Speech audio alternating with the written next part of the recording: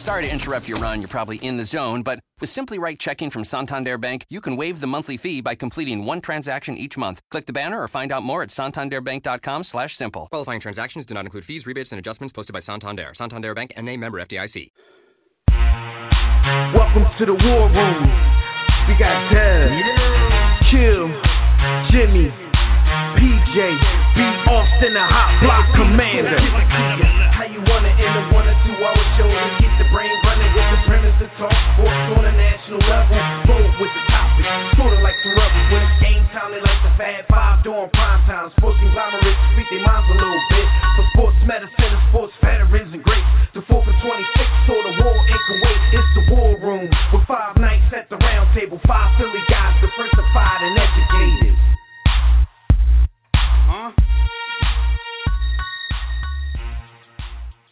What's good, War Room family? You are once again live in the War Room, brought to you by War Room Sports on that War Room Sports Podcast Network. I'm your guy, Devin McMillan. I'm at the round table with my guys. We got JW the Blueprint and the dude B. Austin. The NFL draft is behind us and the NBA playoffs are into the semifinals. So keep it locked right here for the next 2 hours as we discuss it all. If you want to holler at us throughout the show, join us right now in the JW Philly Realty chat room.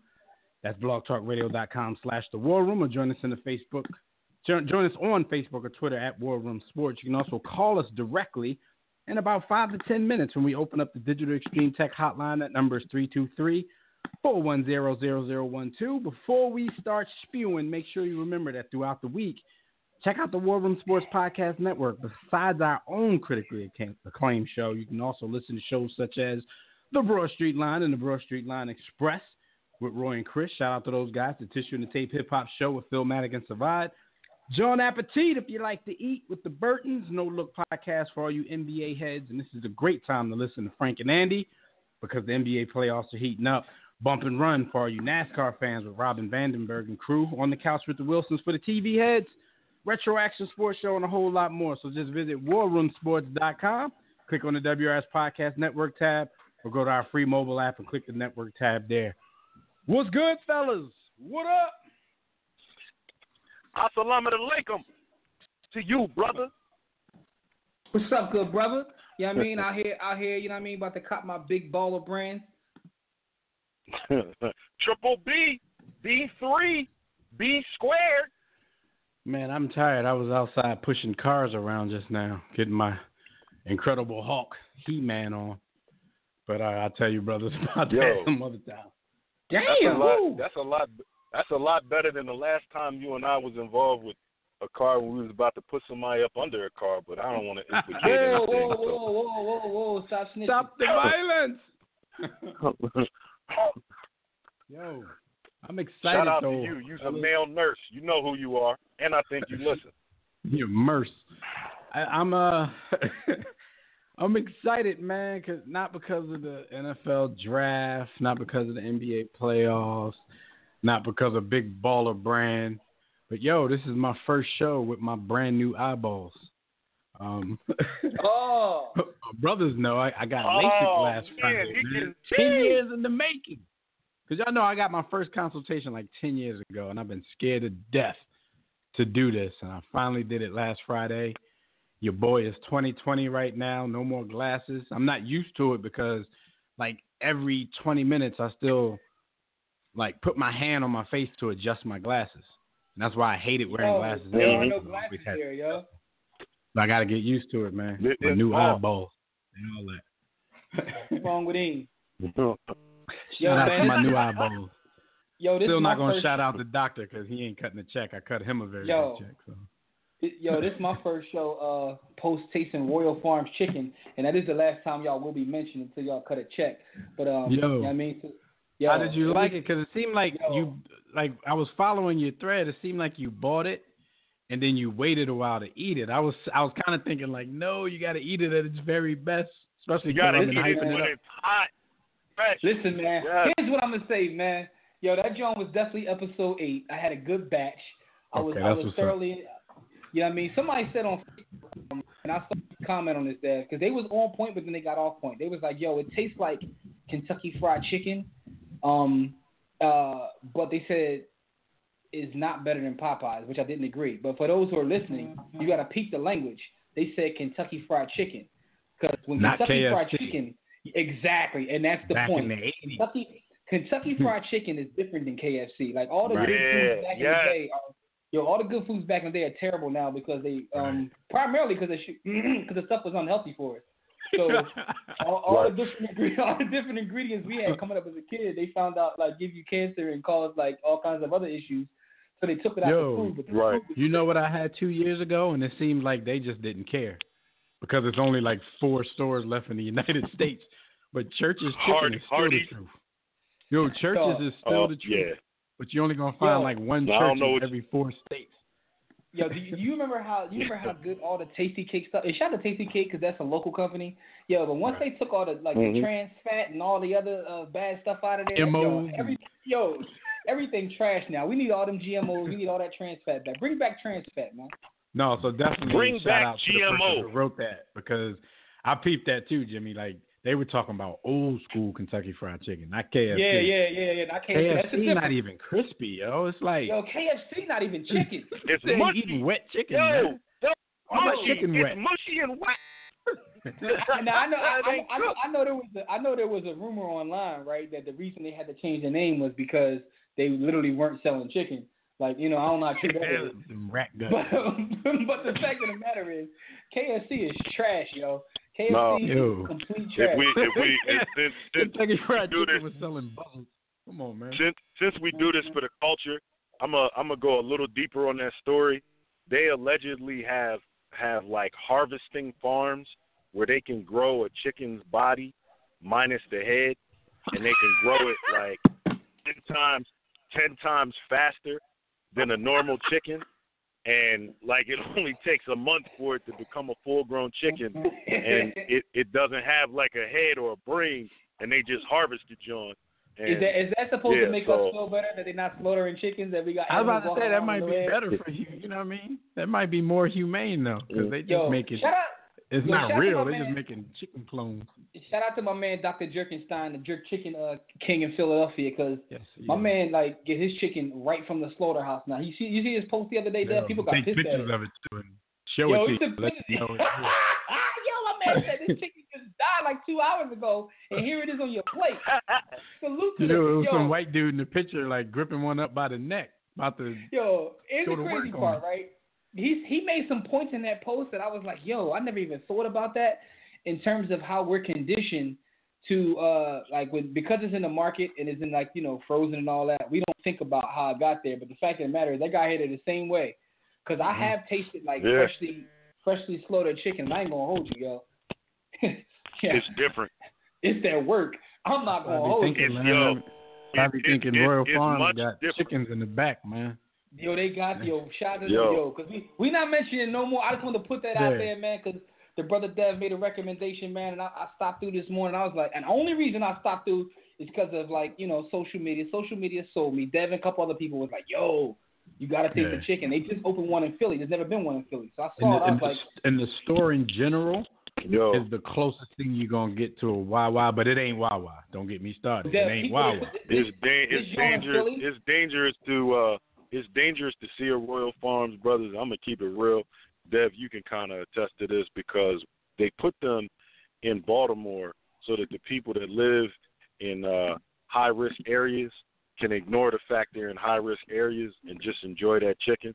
So I don't know what that's saying about the neighborhood that Royal Farms is going up in.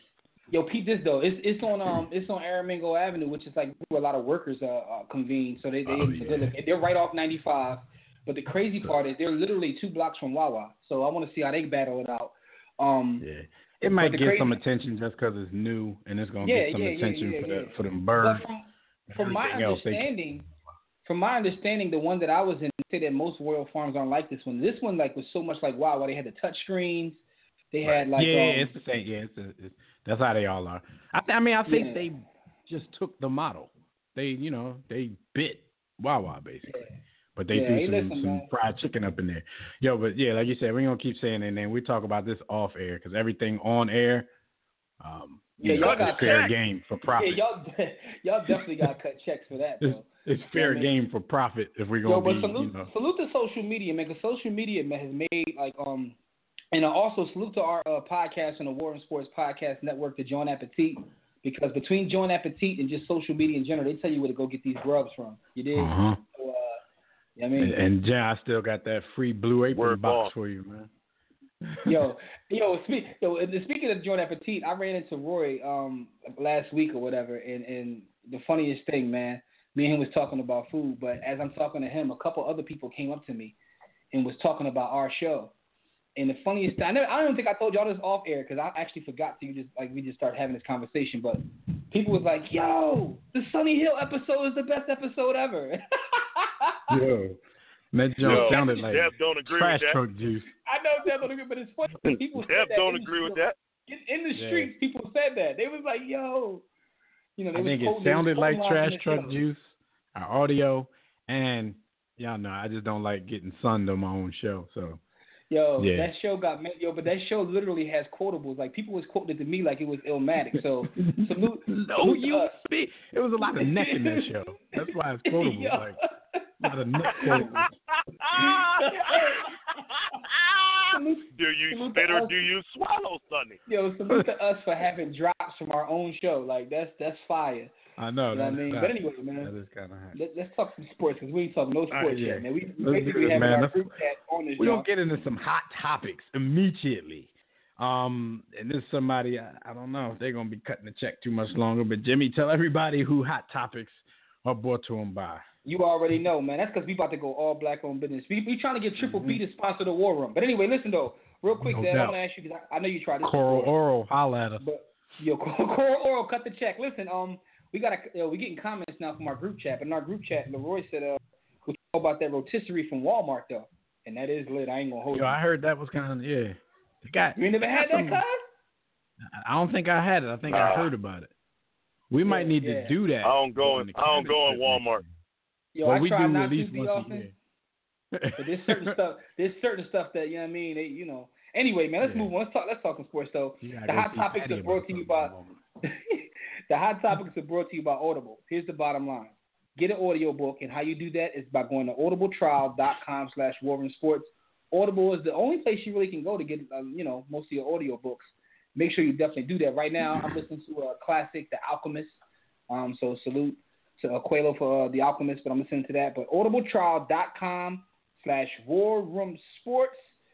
It's time to talk about what's going on in the world of sports, and we got to close out by talking about the draft that happened here in Philly. Yes, sir. It's over with. Yes, sir. So I asked this question, but everybody talks about it, so we got to ask the question: who won, who lost? Because who the hell knows? But what's your opinion? Right, because it's like nobody played yet, and they always want to grade the drafts or whatever. So, you can only go on who you thought. I bet you when the Chargers got Ryan Leaf, they was like, yeah, we won. Or when RG3 went to the Reds, never mind. They was like, we got this. Nah. You brought up a specific name. When that team got RG3, they actually began idolatry in the city. Am I lying? I know. Am I lying? And then when he came out and blazed up the Saints, it was over. It was over when he came out. They built shrines. Week 1. Shrines. They really, literally were replacing Jesus' face with him in pictures. Like, boy had the DMV on lock. I know at least 4 vehicles between Virginia, D.C. and Maryland that had RG3 on it in some form. They probably burned their cars. What's crazy? What's crazy about that? I know y'all ain't gonna like some of what I'm getting ready to say. Like that's like ridiculously stupid, but also a beautiful thing because it shows you that how much they're starving for a winner and for a hero essentially. So it's gonna take if they find the right person, like somebody is like there's praise to be had in DC. Like that's a They're ignoring the what they have. Like, dude gets no respect. He set every franchise passing record in the last 2 years. But that's Chocolate City, though, man. We don't need him in there, man. And I understand. I understand we're in passing time, so you have to kind of take that with a little bit of a grain of salt. But, however, this is not a franchise. Even with the 3 Super Bowls, this is not a franchise who's known for having great quarterbacks. You know what I'm saying? Doug Williams blazed Jimmy's Broncos, but he was a backup. He wasn't even a starting quarterback. After that, he went back to being what he was. But we celebrate him because, you know, he's of Negro descent. We're going to have to do a whole show on that because you said something within that little dialogue you had that was, like, crazy because I get into this debate a lot online is the fact that we are in, like, passing times because you see jokers now like Matt Stafford. Like, statistically, Matt Stafford is passing damn near everybody, the all-time greats. Like, I think I've watched Matt Stafford play, so you know what we're about to say because I know I'm probably in the boat with y'all. Matt Stafford is a good. I was about to say, I think like he's a pretty above good average, good, but he is nowhere near what his numbers say he is. He ain't that. Like, Dan Marino wowed us because people didn't put up those numbers back then. You know what I'm saying? Now you got your rookies coming in throwing for 4,000 yards, and it's really not a big deal because that's just what the league is now. I always want to bring it back to you, but your man don't have an excuse, though, because Andy Reid was pass happy before the league got pass happy. So why your man don't have no 4,000-yard seasons? But that's another story. Whoa.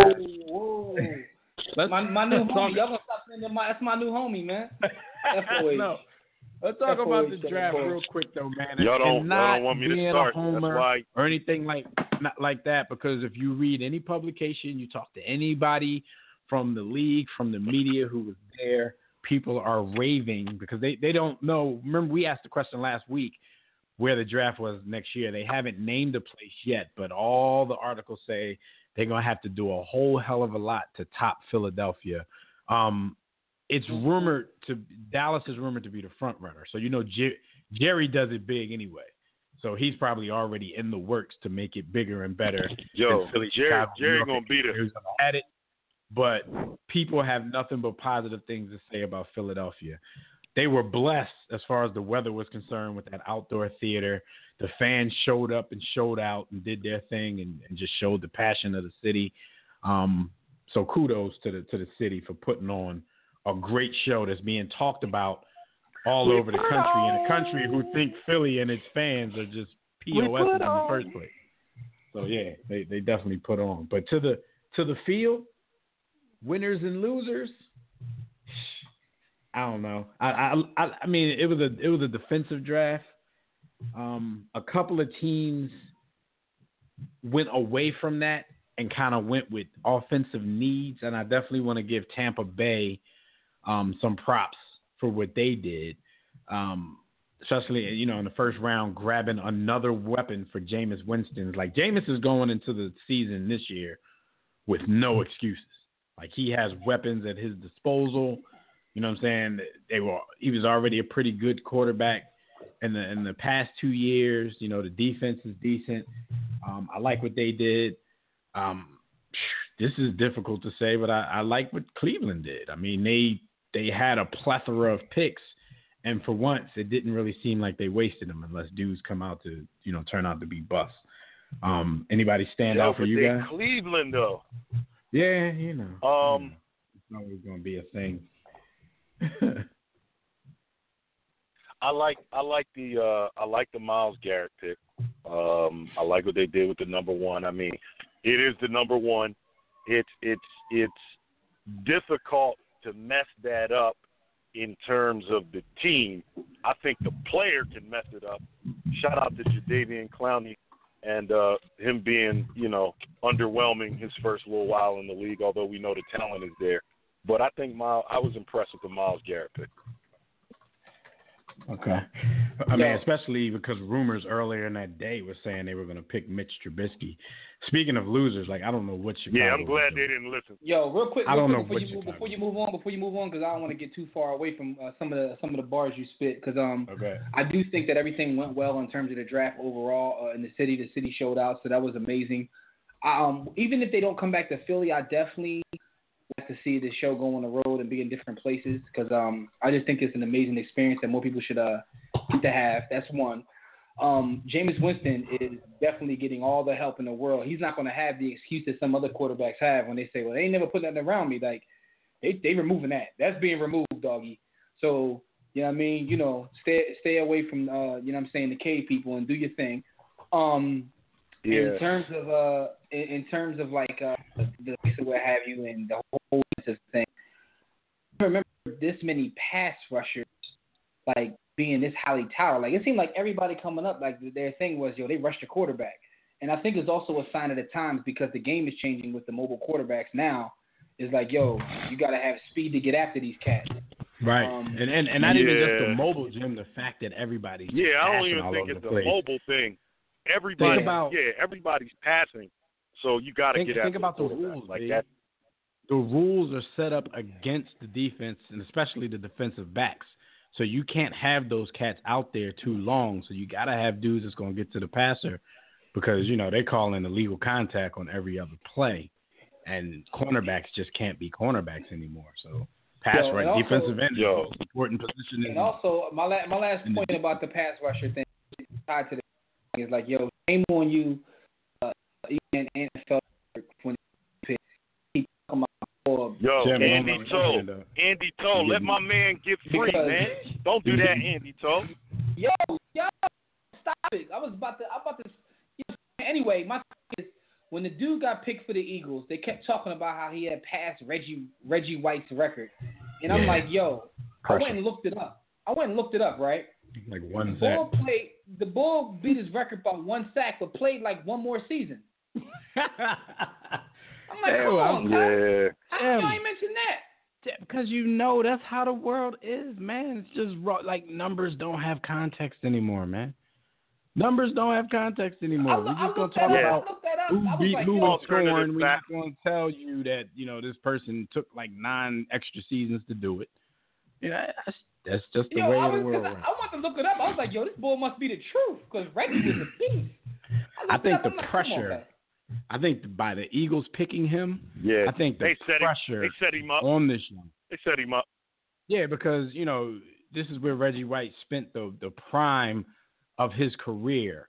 So he's always going to have that name attached to him. So if he comes in and if he's a bust, y'all know how it's going to turn out. Or even if he has a slow start like Brandon Graham, Marcus Smith, he might not be in the slow start category. He might just be a bust. But if he comes here and he's like that and, and all they're doing at the draft is touting how he beat Reggie White's record, there's going to be a problem in the city of Philadelphia. So they've put the extra pressure on that young man's back. But speaking about winners and losers, I think the Texans, Fred and I talked about this on Quick Slants, and you guys can go to the War Room Sports Podcast Network and hear that probably tomorrow morning along with this show. But I think the Deshaun Watson pick was good for the team who picked him. You know what I'm saying? Like, Deshaun Watson to me it wasn't much in the way of a first-round prospect, but this was a weak quarterback draft. But the Texans aren't the usual team looking for a quarterback in the first round. Usually those are very bad teams. The Texans, I say picking him was better than picking any of the other quarterbacks, even if you had him as a higher prospect on the board, because Deshaun Watson is probably the most NFL ready to play right now. And the Texans don't have time for a restart.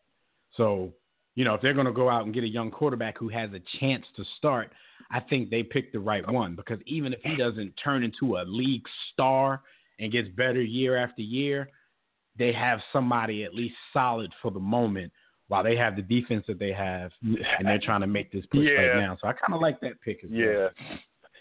I was actually going to even buttress that point, good brother. The Texans are one of those teams, they're reminiscent of, not in talent and where they'll end up, but they're reminiscent of the Ravens, the great Ravens teams early in the century. They're reminiscent of the more recent success the 49ers had. And even your Broncos, Jimmy. I was about to say, you're not going to bring them up, though? Yeah, in Peyton's last Super Bowl, they're reminiscent of their entire organization really stands on that defense, which is we're going to get stops, go out, control the clock, hand the ball off, make the throws you need to make, hand the ball off, and we'll take care of the rest. And so I agree with you. I thought it was a good pick, and he has shown in college at least that he's kind of a gamer. He doesn't lack confidence. Right. He's won. I like the pick as well. I don't know what his upside is. That would be my question. What do we feel Deshaun Watson's upside is in terms of turning into a true NFL quarterback, or does he have to be in a scheme where the defense is dominant and he's just asked to kind of manage the game? But you know what? Like, Deshaun Watson, to me, and I don't know the dude personally, but he comes across to me as the guy who probably has some sort of a chip on his shoulder and is a hard worker and has a real need to get better. Kind of reminds me of Dak Prescott, not because it's two brothers, but the only difference is, Dak came into the league with no pressure, but at the same time, he was able to step into a team that already had a plethora of talent around him, and he was able to be successful and even raise that team to another level. So I see Deshaun maybe being able to have an impact like that on a team that already made the playoffs with a bum at quarterback like Brock Osweiler. So I'm rooting for him. I don't know what his ceiling is, just like you just said, B. Austin, but I like that pick a lot for the Texans. If you're going to take somebody, don't take a project, because y'all are ready now. By the time one of those project quarterbacks get ready, their defense may have fallen off. J.J. Watt may have died. Your man may have quit. The one on the other side, what's his name? Young Lawrence Taylor. Yeah, he might have quit by then. And you never know. Clowney going to quit because it's too hard. I just want money, and I want to sip my tie, show my muscles to girls on IG on the beach in Mexico. Like, I didn't really want to play football. I just wanted to check. And another team I want to mention, and I'm not even mentioning them because I think they had a great draft, because as things stand in their division in the NFC East, the Giants may have had the worst of the four. Now, Giants fans, don't get all mad. I'm not saying that they had a bad draft. I'm just saying everybody in the NFC East had a pretty decent draft. They may have had the worst of the four, but picking another highly touted tight end in the first round, which is he's really a glorified wide receiver. It's like, damn, how many weapons do you guys want on offense? Eli's going to be like a kid in a candy store. So it's like everybody else might as well have gone out and drafted all pass rushers and cornerbacks, because the Giants are trying to spread it around the yard. Remember, they picked up Brandon Marshall. They already got Odell Beckham, the young kid Shepard. Now they pick up the Evan Ingram, tight end, who's really, like I said, a glorified wide receiver. They're like the guys, the teams. They're gonna run a run and shoot, or like they gave up on running back. Yeah, because it's like the teams who, I'm not saying these are winners, losers, best, or nothing. I'm just saying these are teams that stood out to me because in a defensive draft, some of these dudes went out and like, no, we're going to keep getting weapons. We're going to bust your ass. First off, Eli got to get off 52nd Street selling Aki jerseys first. Like, Eli, you out of pocket, dude. Eli, bootlegger, yo. You got to stop selling Aki jerseys on 52nd Street, man, and get back in the gym. But I guess they just gave up. I mean, they really haven't had a running game in years anyway. So they just said, forget it. Let's just go out. I'm afraid of the Giants, because we all know that Eli has those moments, and those moments actually turn into half seasons and even full seasons where he seems like he's not engaged. More directly, they don't invest in the offensive line the way they could or should with the type of talent he has. But I'm afraid, like, if they can keep Eli standing up, Eli might have a 5,000-yard season in the next 2 years, man. Yeah, we got to keep Eli at the fence, B. Yeah, but Eli, you can't spell elite You can't spell elite without Eli. Fact. Yeah. But shout out to a lot of the teams. I think one of the best picks, it was a safe pick for them, but one of the best picks was the Jets taking Jamal Adams at 5. I think the Washington professional football team had a good draft, getting a steal with Jonathan Allen at number 7. They got Ryan Anderson, a couple other guys later in the draft. The Saints tried to bolster their terrible defense. So, I could put them in the winners category. I don't know. It's just a lot out there. What about the Browns? What about the Browns, beloved? I mean, the Browns got 9 players. It's hard to go wrong when you draft 9 new players. Like somebody got to pan out. That's what I'm saying. Somebody got to be a stud out of 9 draft choices. And if they're not, it's like, damn, y'all just cursed. And Fred put me D to some what could be breaking news. He heard from an insider that y'all man Zeke Elliott might be on the Madden cover this year, which might be a good thing for the rest of the NFC East. Oh, God. So God. They must be giving out hefty checks for that game because with the curse seeming to be real. I think it's more of a legacy thing. All these dudes play. You know what I'm saying? It's like, Doc Bay was on a college basketball game that no one has, but he still to this day will tell us, I was on fill in the blank NCAA. And he won't play with anyone else other than himself in that game. So that's what I'm saying. So imagine being a cover athlete. That's a legacy thing. That's one of them Jones when you get blown up and you put in your man cave. But man, salute to the NFL for being able to dominate the news cycle all the time. Like it's just amazing. Like my young boy Chase, he already got his own fat head. You know what I mean? Like, it's just amazing. It's amazing to see where the NFL came because, like, we know the NFL as it is now, but we are men of a certain age because we can remember a time when the NFL wasn't this big. Like, it's ain't nobody care about no draft. Yeah, ain't nobody even care about the draft, but the NFL is everything. Everything's a show. So salute to them for putting themselves in position to be America's sport.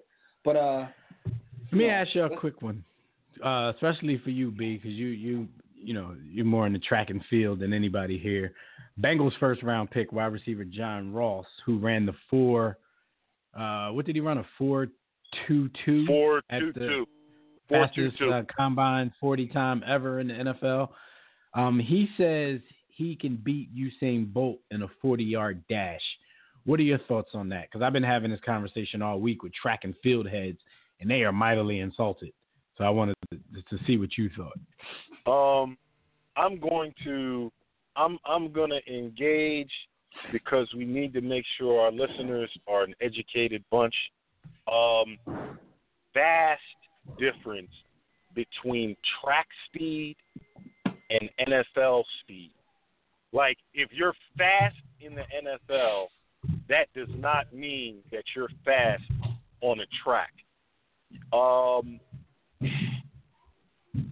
Ross is a fast guy.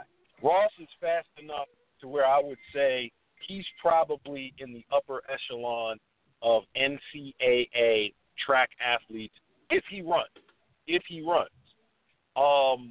But he's not the fastest in Division I collegiate track and field, let alone able to challenge professional sprinters.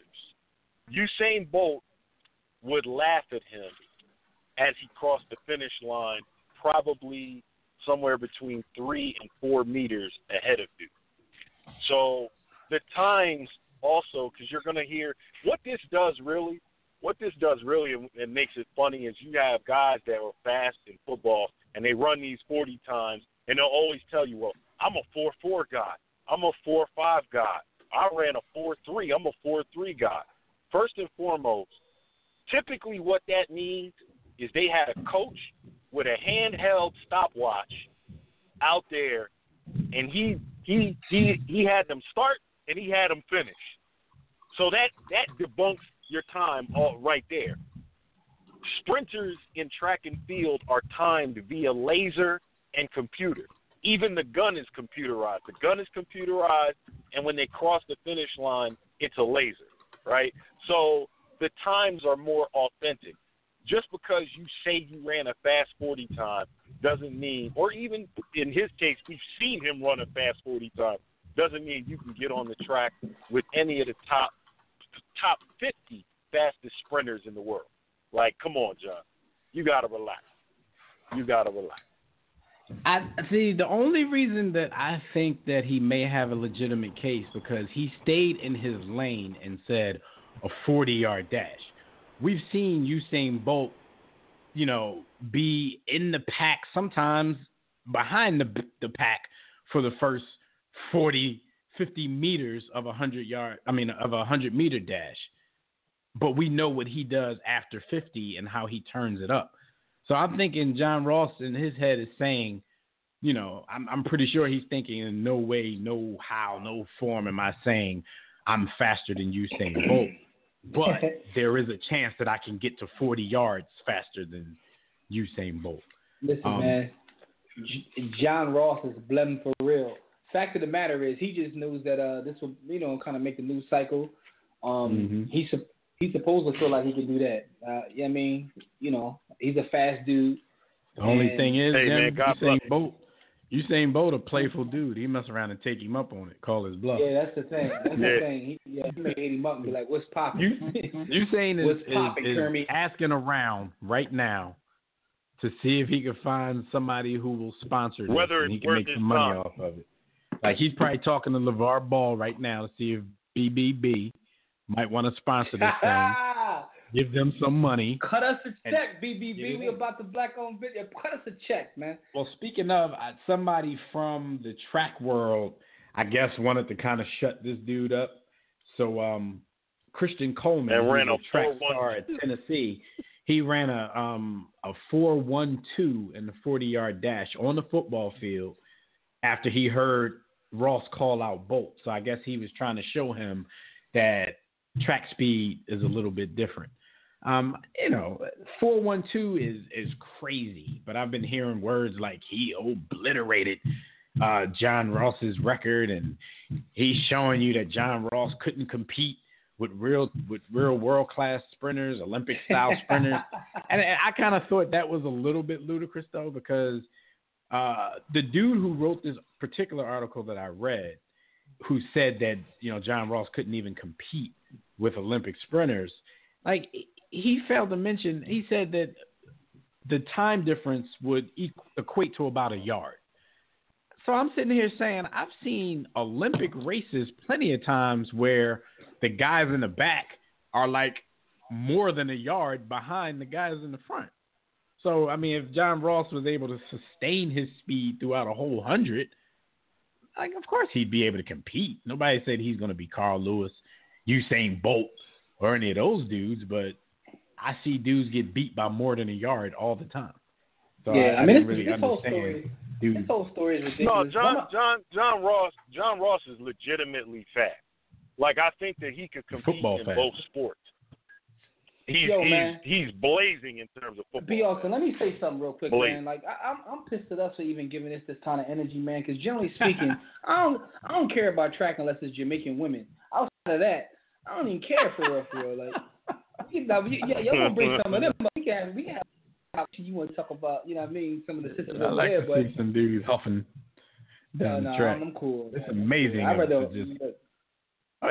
Jamaican women definitely give you something extra to watch while they huffing down the track. I'd rather see them just stopping. I'm just amazed that humans can move that fast in the first place. Yeah, I mean, all I'm saying. All right, so I mentioned Big Baller Brand. So reports came out like 2 days ago that LeVar Ball was seeking a deal that would give Lonzo Ball a shoe with one of the major companies at a price point around $200. Today, shout out to the homie him in the War Room Sports Game Time group on the GroupMe app.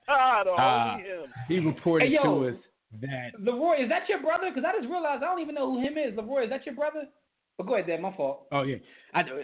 So he showed us a story today, and now I'm seeing others where LeVar Ball actually introduced Lonzo Ball's signature shoe, which he'll be wearing when the NBA season starts. What's it called, Jim? The 702, like or something like that. 702, like this shoe retails at $495.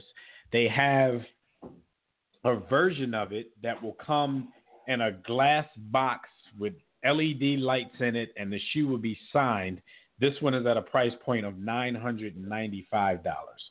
Fellas, what is LeVar Ball or his business advisors or whoever he's doing business with, like, what are they thinking trying to price something at $500 and $1,000 for somebody who's never stepped foot on an NBA court? Like, is there any conceivable market for this?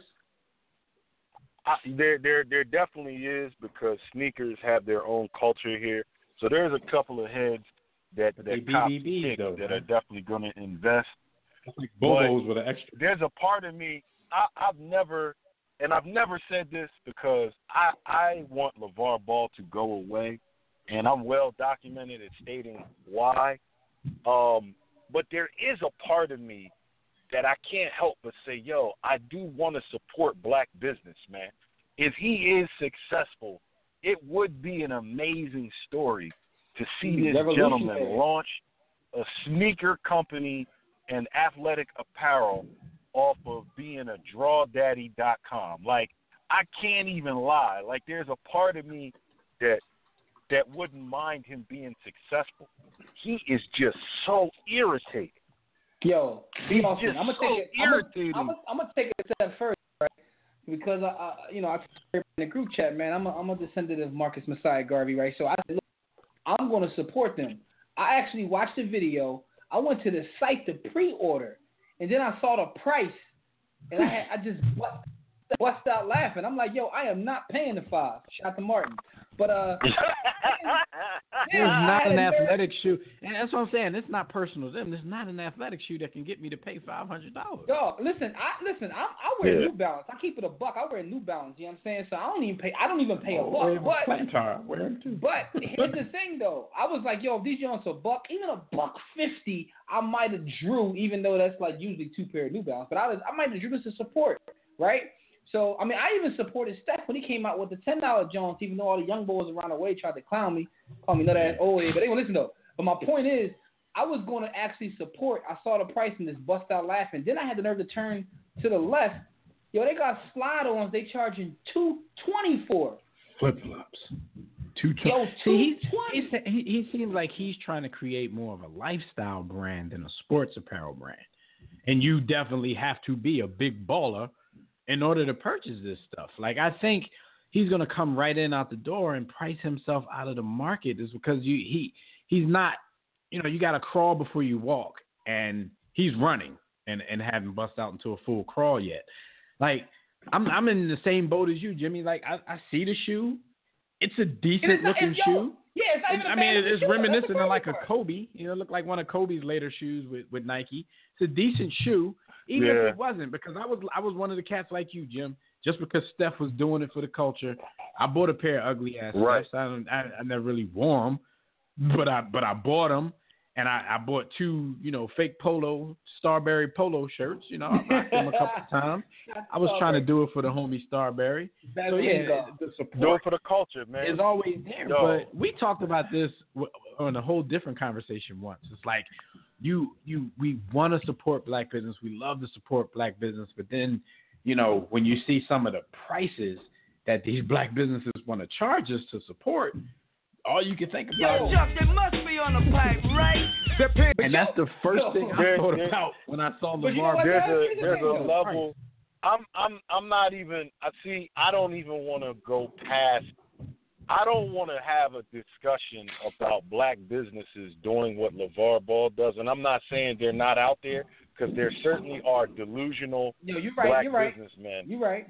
But I don't assume that he is indicative of where our people are in this country or in the realm of business. I think he stands alone as an egomaniac and is pushing this with or without his son's blessing, because I put you on this earth and I could take you out type of thing.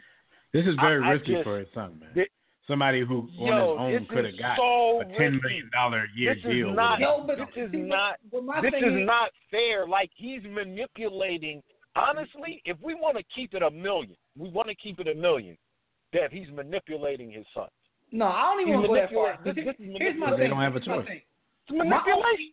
My only issue with this whole thing is the price, right? And salute to Hank. Other than the price, Jim, I think he's smart. Absolutely. Salute to Hank, Mr. TMZ. Mr. TMZ is in our group chat. He was breaking down the economics. I don't know where Hank got all this information about the sneaker game from. He must have read Phil Knight's book or something. But he was breaking down. Hank tried to make his own. He tried to make some Billy Beige sports apparel. Yeah, I think shout to Hank. I think Hank made Billy Beige sneakers and he tell us about it. But he was breaking down some of the economics of the sneaker game inside our group chat, and I'm like, he was pointing out how Nike has the infrastructure, like, to charge pretty much whatever they want. And he doubts that the big baller brand has paying like $2. Any sort of infrastructure at all. So even though he said, he's probably paying, 10 times what Nike costs just to manufacture the sneak. But even then, I still think he's adding on the extra. We're gonna call this a drawing tax. No. He added on a draw tax. Yeah. He's adding drawing tax. Even with the higher fees, you definitely got a draw tax. Yeah. And you probably should have hollered at Steph and tried to figure it out with Steph's infrastructure. No, Steph you know what? It you know what though? You know what, Jim? That's an excellent point. And Dev, to your point, that is actually going to be where this comes apart.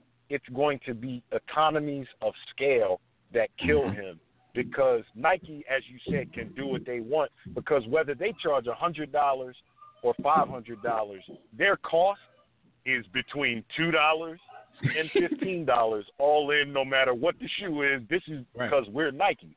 He ain't got them sweatshop connections like that. He might have to pay $150 for that $500 sneaker. Now, before you say, oh, well, he's making $350, you got to front that $150 per unit. He ain't built to front $150, even if 1 million people go out and say we want. I mean, the only people who got some is LaMelo, LiAngelo, and Lonzo. Yo, his son about to bring a nice check in. His son about to bring a nice check in to fund that. But my problem is, like, that's another thing, though, Jim. That goes back to what you said. Like, does Lonzo really want to fund that, or is he being manipulated to fund that? I mean, the fact of the matter is, Lonzo's the equity owner, and Lonzo, he talks all the talk, but Lonzo is boring. I can't tell whether he's being manipulated or he's just a boring dude in general. But my point is, which Hank mentioned as well, like, you need some kind of personality. You're going to come out with this expensive price point, and the people that are endorsing this product haven't showed much personality yet. I just think, I think the dude is smart. I think his intentions are great. His ideas are great. But then what B. Austin said comes into play. I think he's a bit of an egomaniac and doesn't want to, dip his toe into the water. He just want to cannonball into that joint. Because I say, bring him out at a price point. You ain't got to go Steph with it. You bring him out at like $85. Once he gets on the court, balls, starts to get a following, and people actually start buying them, then you can spring, not to 500, but then you can spring the price up to 110, 125, something like that. You giving him credit for being smart. You giving him credit for being smart. No, I'm giving him credit for having ideas. That little gem, the execution. That little gem you dropped. That little gem you dropped proves to me dude's not bright, because that alone, that's like a common sense business 101 that War Room Sports Marketing could help him with. Even if he wanted to say, all right, I'm going to do three versions of the kick. I'm going to drop one version of the kick at 150 to 175. I'm going to do another version at 100. I'm going to do another version at 85. You still could capture market share. But hold on. Dude said, I want to charge half a man. Hold up, though. Half a man. Couple things to that point. We don't know what his costs are, is one, and two, he did drop 2 price points, one for $5 and one for a stack. So and slide on us for $220, which no one's really talking about, but that might be the most egregious thing out of anything. The slide on for 220 might be the most egregious Yeah, that's thing. ridiculous. Because I got on a nice pair of Nike flip flops right now for $35. Let's go because we got to move on in a minute. But I see that we have a bona fide sneakerhead on the line right now, so we're gonna go to Phil Maddox from the Tissue and the Tape. He a Nike fan though. Yeah. Sneakerhead. I guess I call him a Nike head. So Phil's probably about to come on here and destroy dude. Like he ain't gonna never sell nothing. He can't be objective. He was a Nike. Okay. All right. Let's get Phil on the line though. Phil, what's going on, brother? I'm a Nike head. I would change that it cites the feds. I feel you. But listen, Phil. All right, see, I can't even ask you that because Nike is already is what it is. So I can't even really give you the hypothetical. Like, okay, if Nike just came out, no, you know what I'm saying? Like $500. What do you think he's doing to his brand by this price point? But before you speak, I have to let everybody know that you're on the Nike payroll. They hired you to call in the podcast all night and disrespect the big baller brand. So we know why you here, beloved. No, I haven't been on the Nike payroll in a few years. But that being said, what LeVar Ball is doing is awesome. If he was likable, he's not a likable individual. If his son was Michael Jordan. But his son hasn't stepped on the court yet. So he's right now. He's the face of Triple Bree. Jim. You said he's not likable. But listen though. But who? That's the point. With this price point, who wants to risk that? Like you risk that because I think the dude can ball, but you risk that, Jim, and then he gets on the court and he's a piece of trash, and you already done bought a couple of pair of his shoes at $5,000 and a stack. Like, how are people gonna feel about that? They're gonna go broke. I'm gonna keep it a buck. I don't care how nice you are, yo. You could be the Apostle Paul, and it don't matter to me. I'm not paying half the stack. Your shoes. Like, I'm not buying Air Jesuses for $500. I'm gonna tell you this: the shoe game right now, today in 2017, the shoe game has nothing to do about athletic talent. It's totally different than the 80s and 90s. I agree with that. Lifestyle brands. So you have to. I agree. Comedians got shoes now. And it's not the Luther. Listen, Phil. I hear you. He's not he piggyback off what the homie was already doing. Hold on. See, I tried to make it more complicated. You was all for I tried to make it more complicated. I tried to make it more complicated, and Phil simplified it. Dude is not likable. In order to sell stuff nowadays to these jabronis, they don't even use their brain. Everything is feelings. And he's not likable. Exactly. LeVar Ball is not likable, and his son has the personality of wet white bread. Yo, his son has the personality of a piece of wet white bread. But that's what I think the biggest problem is. The biggest problem is I bet you he's going to be in the first commercial, Jim. He's a Lonzo Ball shoes, and we talking about LeVar. I think that's the biggest problem. I think Hank nailed it. Hank was like, he made it that way. Hank was like, you can't. He made it that way. Listen, though, I'm not saying he didn't. Here's what I'm saying. Hank hit the nail on the head when he said the problem with trying to charge this is our mothers don't know who you are. Our aunts don't know who you are. And his point is, you got to get to a point where the average person, like, you know what I'm saying, knows who you are. But they all know LeVar. They don't know Lonzo. Exactly. They don't even know. I mean, to keep it a bean, they don't even know LeVar. Like my wife is fairly versed in sports. You know, she ain't listening to our show in a minute.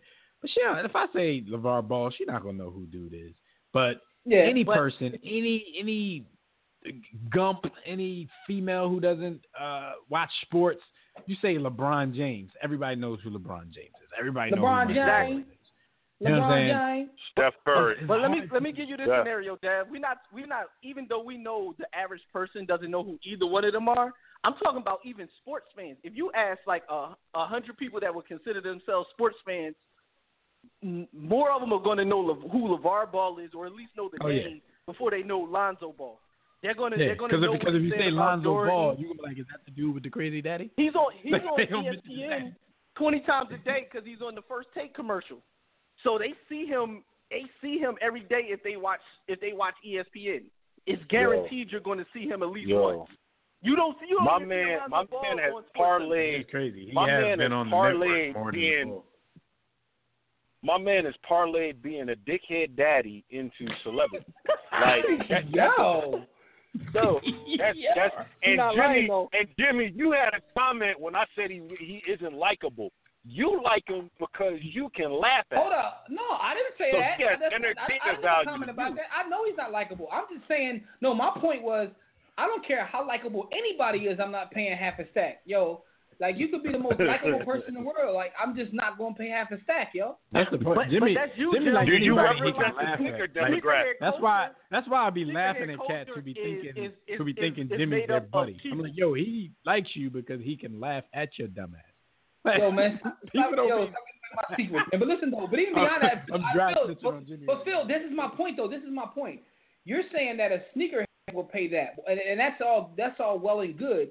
But the thing of what makes Nike, and what makes these big companies is because of the mass. Like, we sell a couple thousand, like, even if you say there are a million sneakerheads, like, that's not how you really hit critical mass. You can't scale a company that way. In order to scale a company, you have to have a certain number of consumers that are willing to pay for your product. So you can't just limit it to sneakerheads. That's the point. The point is you can't be at 500. No matter how likable you are, there's only a certain amount of people that are willing to pay $500 for a shoe, and that's probably just sneakerheads. So he's trying to build a company, right? So the thing is, it's not about just this one shoe. He's trying to build a brand. I don't think he thought about the whole. I don't think he thought it through about building a company. He thought about building a brand, and by building the brand, you also have to. I'm not even. You also have to worry about the infrastructure of the company. I don't even think he thought about that. Yeah. He wants the name out there, like top of mind awareness. Good point. Yeah, I gotta read something. That's another good point. I gotta read something to y'all real quick, man. And listeners, man, please excuse the language. Doc Bayon cousin Heem, y'all know he hilarious. So he's talking about it on Facebook. Oh God, I'm gonna read. This is funny already. He says LeVar Ball is actually a genius. There's so many dick eaters in each state. Imagine worldwide people that listen. Hold up, don't laugh, man, because they all make me laugh. He said, imagine worldwide people that dick eat the U.S. Say he'll sell 1,000 per state, but Cali he sell about 10,000 because the balls are loved in Cali. That's 60,000 just in the U.S. Throw in foreign country dick eaters at least 10K. That's 70K sold. 70,000 plus 500 is caked up. What is it? 35 million, and your son not even a star yet. He's an evil genius. Yo, so he made his whole business model around dick eating. And the sad part is he might be on his Heem, I hope you're listening, Heem. They need to cut you a check, brother. They need to cut you a check. Hey, Jim and Dev and B. Austin, this is the supreme model. This is what we talk about when we talk about hype beasts in sneaker culture. All it got to do is be popular. It doesn't even have to be good or even high quality. I get that. I mean, because the fact that what he's doing is making it. He's not making it easy for the popularity to build to where the dick eaters can go do what they do. So you can't dick eat for $500. $500 dick eating is hard. Here's my thing, right? Even if the Heem they will find a way, true, right? Let's just say he's right.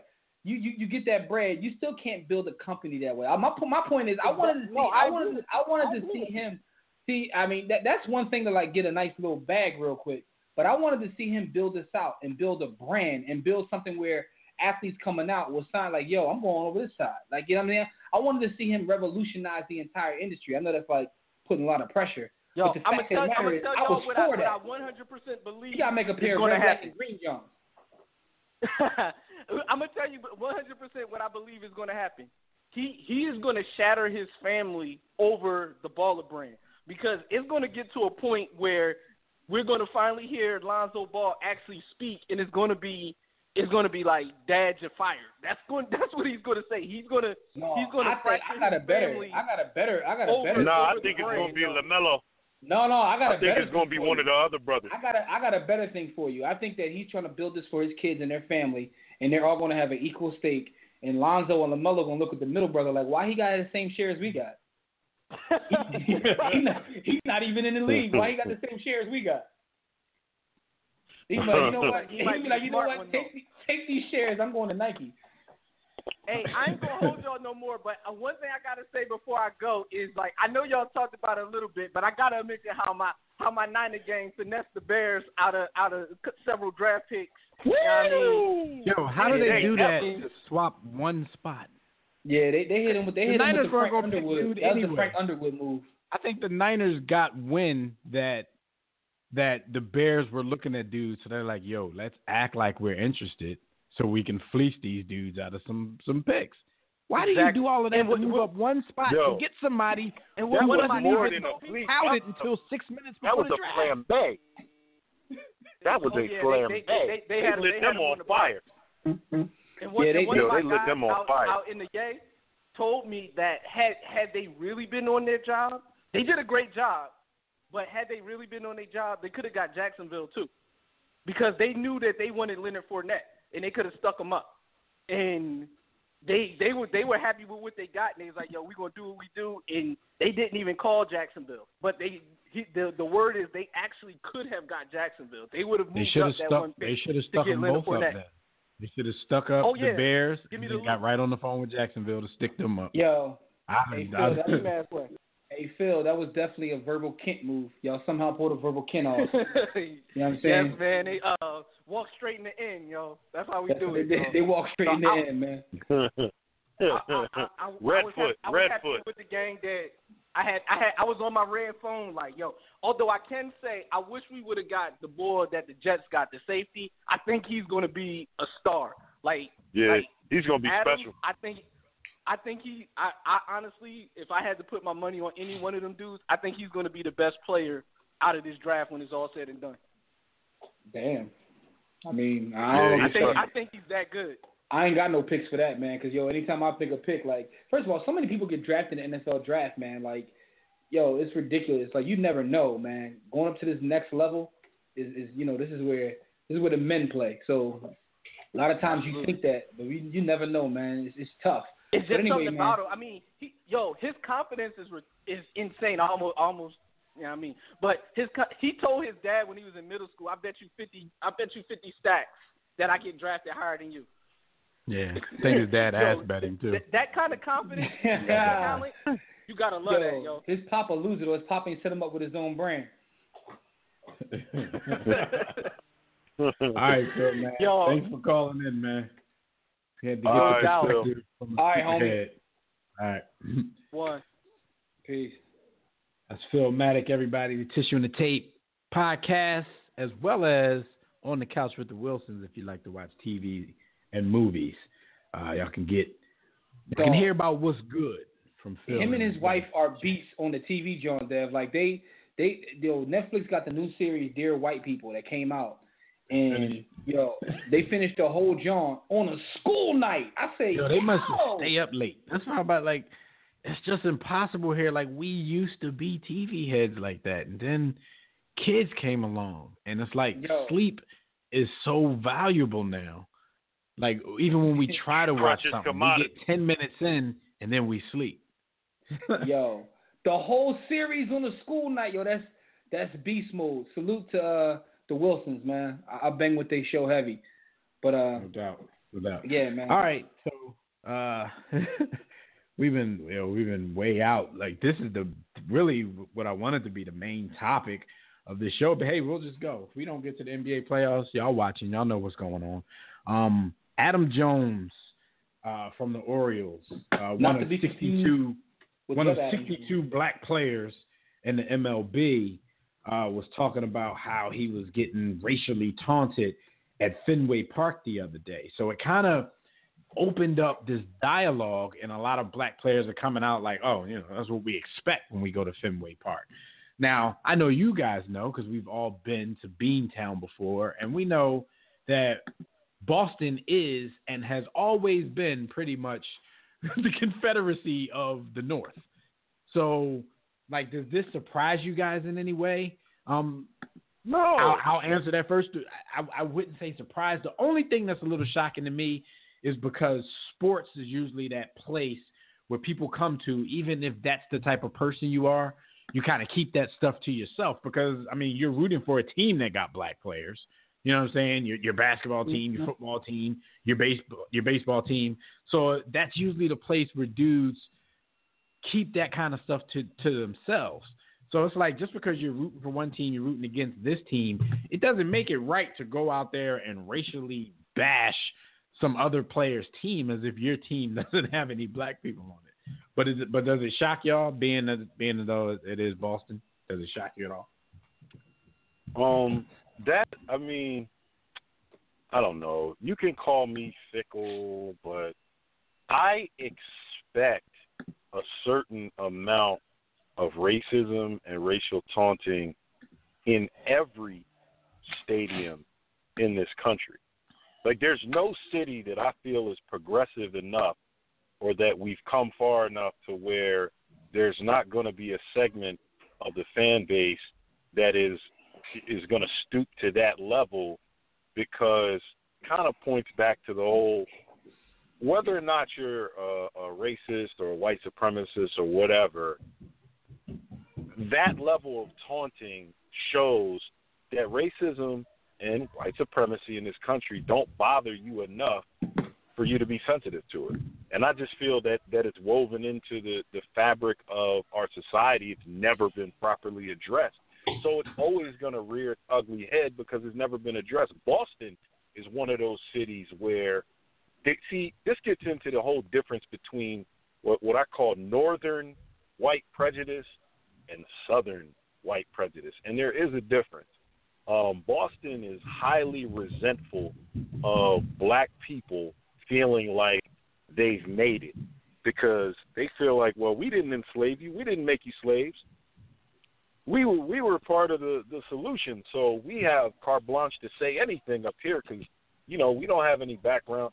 And then you've got the whole Irish and Italian dynamic. It's a ugly place with an ugly history of white supremacy and racism. That's the history of the whole city. But that's definitely the city. And I'm not going front, and I'm not one of those people that think my little box tells the whole story of anything. But you guys know my pedigree. I've traveled to stadiums and arenas all over the country. It's probably more baseball than anything because they got the cheapest tickets. And I've been to Fenway Park, but I'm not even gonna say rare. Like in all my travels, I've never really seen racial taunting, and I'm not saying it doesn't go on. I've never really seen it. I've seen violence everywhere I go, and whether or not that violence may be caused by, like, you might feel like a white dude might feel more comfortable with beating a group of black dudes up from another team just because they're black. Like, that could be a thing. And I've seen violence everywhere I go, even though people only think it happens in Philadelphia. But I've really never seen that, and that's not saying that I'm naive enough to believe that it doesn't go on. I just believe that sports arenas, stadiums, or whatever are just the some of the biggest covert racist places that we can find in America, because during that time, like, a lot of dudes, first of all, you're scared because there's black people around you. There's black people sitting in the crowd. Yeah, I agree with that. A lot of those dudes are cowards. And the only reason they're talking to the players on the field is because they know, first of all, this isn't basketball. These dudes aren't jumping over, 20, 30-foot walls to come do what they got to do to you. So it's easy I got a couple to get away with that. that. I got a lot of thoughts on this. For those who are listening and not read Sports the Book, and if you're listening to this show and you haven't read Sports the Book, then I don't know what's really good with you anyway. But I talk a little bit in there about my love of the Los Angeles Lakers, right? And to make a long story short, I grew up in a very militant household. My father was a member of the NOI. I went to an all-black private school, which is, where me and Deb connected or what have you. So I'm Black Fist all day long. And part of the reason I became a lover of the Lakers, my dad was a diehard Sixers fan. But back in those days as a kid, when the NBA Finals started, in my career, we all had to root for the Lakers because literally, whether the NBA wants to admit this or not, there was a little bit of race thing then between Boston and LA. You know, the whole black and white thing going on. So in the hood I came from, everybody became Lakers fans. Magic versus Bird. Everybody became Lakers fans literally on some like, yo, they the white team, this the black team, you root for the black team. That's just facts. Like, whether anybody wants to admit that or not, that's facts. So that's kind of where it came from. And then also you would hear stories about people, and I've read tons and tons of books on the NBA history. Boston has always been, even Bill Russell in his book talks about how long it took for him. And to this day, he still doesn't get really treated as well as you would think that he should, being Bill Russell in Boston. Like, that's part of the DNA of that city. You dig what I'm saying? So it's like, right. It's not shocking to me to kind of see this. Like, it's just not shocking. And when I heard it, I was laughing. And then I also saw the response of like other athletes who was like, you know, yeah, that's pretty much Boston. And Dev, to your point where you don't see it a lot, I mean, that's true. I mean, you also get money, so you sit in some of the better sections. But it's probably going on above you. World City is going to the 700. Shout out to the 700. Shout out to the 700 level. They'll sit down there with the people that eat quiche, so he ain't gonna hear none of that kind of talk. You know what I mean? But you know, I'm pretty sure that it goes on in every stadium. But my other thought when I saw this is also kind of sad because although I did grow up in a militant household, one of the things is you know, and not to sound like cliche, I do have white friends, and one of the things that, you know, in terms of my white friends came from one or two places. Either they were in love with hip hop the way I was. I can't tell. Listen, either they were in love with hip hop the way I was, or they had a mean jump shot. So sports was kind of like the great equalizer because whether we want to admit it or not, again, another thing that people like to talk about, Philadelphia is one of the most segregated cities in the world. So a lot of times, the only time you would like really, you know, meet up with white folks is on the basketball court. And if you can hoop, sports is always the great equalizer. If you can play football or basketball, yo, I don't care what color you are, like, you good with me. That's kind of how it was. So, you know, that brings up these thoughts too. And that's what I'm saying, Jim. For those 2 or 3 hours that those people are sitting in there, usually that kind of stuff like kind of goes out the window because first of all, you're in there rooting for your favorite black athletes. I'm sure you call them something else at home, but you still cheer when they hit a home run. So, dog, the most racial harmony I've ever seen in Philadelphia is when the Sixers went to the finals versus the Lakers, and when the Phillies won the World Series. Like, yo, hand slaps, high fives everywhere. Hand slaps, hot hugs, like, you know what I mean? Shout out to all the Beckys that was showing me their knockers at the parade. I salute y'all. You know what I mean? Those pictures will never leak. Like 2 months later, when all the euphoria dies down and, you know, racism in the streets again. They start shooting at kids. They start shooting at kids. We were hugging each other at the parade. Now but sports has always been that thing. So to see, like, it's not surprising, but it's also kind of sad in that thing because sports has always been that thing, that great uniter. You know what I mean? Like, we come together for sports.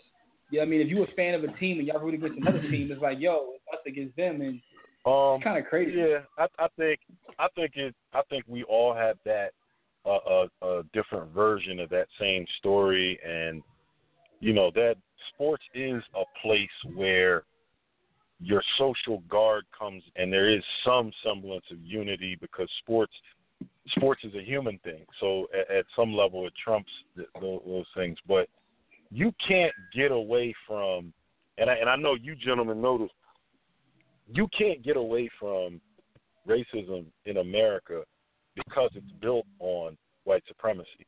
So places like Boston, this is always going to happen. This narrative is not going to change. And when it comes up, this conversation is going to continue to happen. Now, to Dev's point, I think either you have a lot of covert races, you know, where it's not, you know, it's not broadcast, not during their partaking of games of amusement, or you also can look at that as, you know, the African American players or Hispanic players are in their place. They are here. Their value is to entertain me, so I have no issue with them entertaining me. I just don't want him to live. I don't want to live with him or live by him. I don't want my kids to go to school with him. Just don't bring him to the game. What has he done? Yo, my man. Big Magic Johnson. Yo, my man. What did he do? What did he bring him to the game? Well, hold on, though. What did he do? CC Sabathia said, we know. There's 62 of us. We all know. When you go to Boston, expect it. He said he's never been called the N-word any other place but Fenway Park. Anywhere but. He's also a Yankee. He I thought it was higher bars though. I would have did the same thing. In Boston, they probably call white Yankees niggers. So if I'm CC, I'm saying the same thing whether it's true or not. But we got a comment in our group chat, and by our group chat be popping. So for those who don't know, we have a group chat for like anybody who's our family, friends, whatever, the war room that we talk sports and all day. But Leroy is in there now, and he makes an interesting point. Bill Russell, it took him 44 years after his retirement for Boston to honor him with the statue, right? Mm-hmm. There's all kinds of jabronis that got statues before Bill Russell. That's kind of crazy. But anyway, his question is this. When Tom Brady retires, how long do you think it'll take Tom Brady? Are they going? No. They're going to build that before his third. That's why they want him to announce. Tom Brady never gives out any information. He always said, man, I can play for such and such amount more years. They want a solid date so they can have it waiting for him at the, for the last game of the season. Like, no, they already started that, yo. My only hope is somebody who's a troll that's a part of the team that makes the statues, and they make a statue of him doing the tuck play. Troll thuggery. The thing about it, though, now, I know I got some homies from Boston, some people that's probably listening. The thing about it, though, a lot of these people know what it's hitting for. The city, the sports franchises, and even, a lot of the fans. But And I have a lot of outspoken friends, but they're only outspoken about stuff outside of that because I see a lot of people talking so much stuff. Roger Goodell this, Roger Goodell that, the NFL this, the NFL that. But they will not stop supporting their Patriots, even if they know, these are people who, got something to say about Trump every day of their lives and really get into it about politics. They will not stop supporting their Patriots, even though Kraft is a good friend and benefactor of Donald Trump. Even with Tom Brady having the MAGA hat, they still love their Tom Brady. That comes down to what you're willing to risk.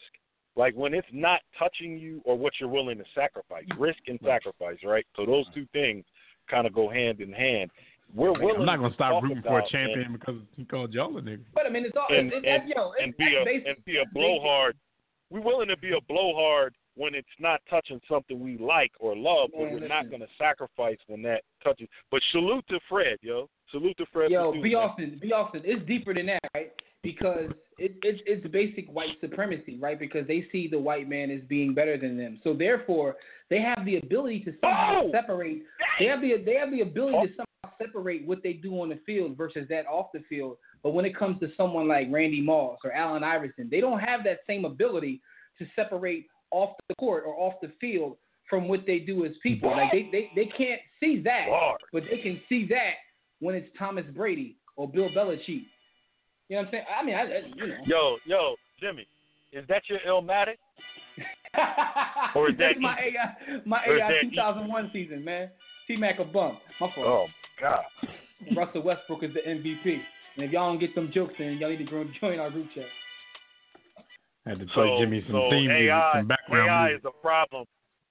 AI is a problem for medicating with a healthy plant from God, but Tom Brady or AI is a problem, but Tom Brady's okay for supporting racism and white supremacy. Make America hate again. They don't have the ability to separate that, man. So that's what that issue is, man. A lot of them don't even realize it. I mean, like you said, we know this goes on all around sports, whether we see it or not when we're in our travels. We know it goes on. The Red Sox are considering lifetime bans for fans for racism after the Jones incident. So I'm like how are they? What are they going to go to the camera? Because somebody threw a bag of peanuts at the dude during the game as well. He said he was called the N-word several times. Somebody threw a bag of peanuts at him. Like certain stuff getting thrown at you, like in certain cities, you just gotta expect that. Like I always thought, like it's a lonely life being an outfielder in Major League Baseball. Because first of all, you're out there in the blazing sun, burning up.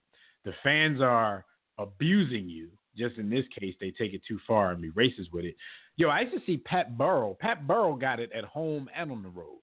Because you remember how, he used to not play up to his potential, Jim. Yeah. Yo, I was sitting in the outfield one time, and Phillies fans were straight up abusing Pat Burrell for no reason. He was just standing out there. And the crazy part about baseball is it's like, you're a bum.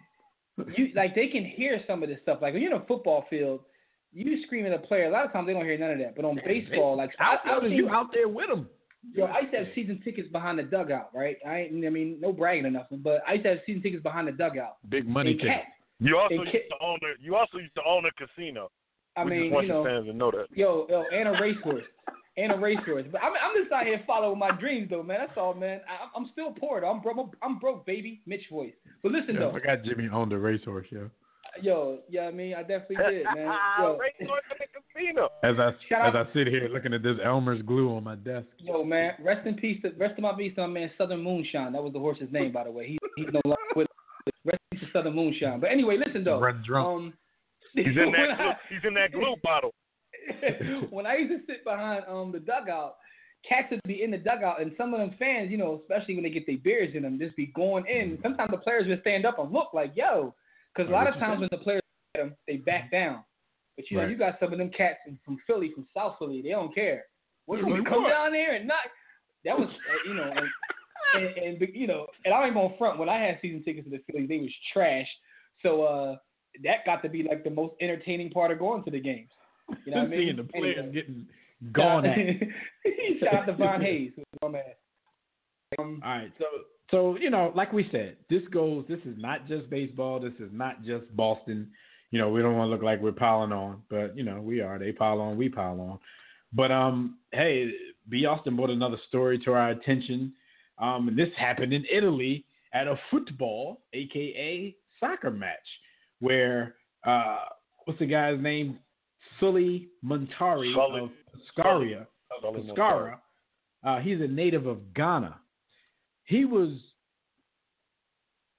fans were directing racial slurs at him, so he goes to the referee to talk to the referee. They give him a yellow card for complaining about the fans verbally abusing him. So then he starts to walk off the field kind of in protest. So they eject him and then give him a 1-game suspension. B, you want to explain this? Explain your perception of what happened in this particular situation. First of all, what are they in Europe, in Europe, like we may not hear about it a lot here because I don't think a lot of this occurs in MLS. And let's face it, Dev and Jimmy, y'all don't pay attention to MLS anyway. But in Europe, the multiple listing quite common. Property, but it's quite common for Italy, Spain, and Germany to have issues with fans coming to the game and abusing players of African descent or black players. Like they will make monkey noises. They'll use the N-word. They'll throw bananas on the field. They'll throw peanuts on the field. They'll paint their faces in blackface. They go in Europe. Like this is not restricted to the U.S. This is not restricted to Boston, as Dev said. This is something that happens year in and year out to the point where the players, all around the world. The Players Association for FIFA actually keeps a tally on racial abuse and human rights within the game, and they give out scorecards. They give out scorecards for each. They give out scorecards for each country's top flight league. So, like La Liga in Spain, or the Bundesliga in Germany, or Serie A in Italy, like they get a scorecard for the amount of racial incidents that occur in a season and at specific sporting events and venues. Why so, do you know this? Are known. I've got a budding soccer star. So, we're planning on taking some trips to Europe to go see some of his favorite players get down. So we have to be aware. Bananas at y'all in the crowd. We got to be aware of where to go.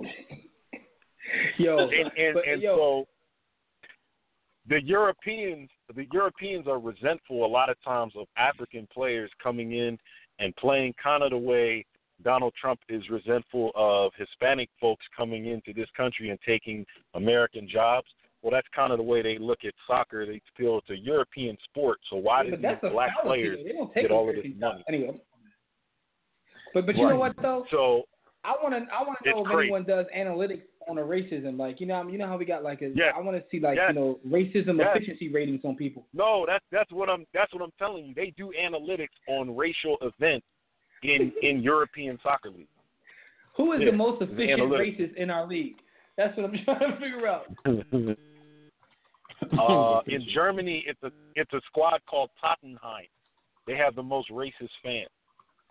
They have a whole section that roots for the team that is blatantly neo-Nazi. Yo, it's bad. Yeah, it's bad. So they got to be appealing this whole ruling, though. You get he literally got all the penalties for being a victim, literally this time. They're appealing it, but the opposing team's president wrote an open letter and gave him a left-handed apology. He apologized, but he still stated that he felt the refs were in the right. He said that the way that we evaluated this and the way that the over-governing body of officials evaluated, they said they felt. Now, how they knew this, Jimmy, this is a POMA statistic. They said they felt that there were only 10 fans out of 7,000, and in order for it to be an official racist situation, it has to be 10% or more of the fan base. How they can tell whether it's 10% or 5%, I don't know. But it was enough fans chanting this that it was a POMA statistic, but they pointed to 10 specific fans.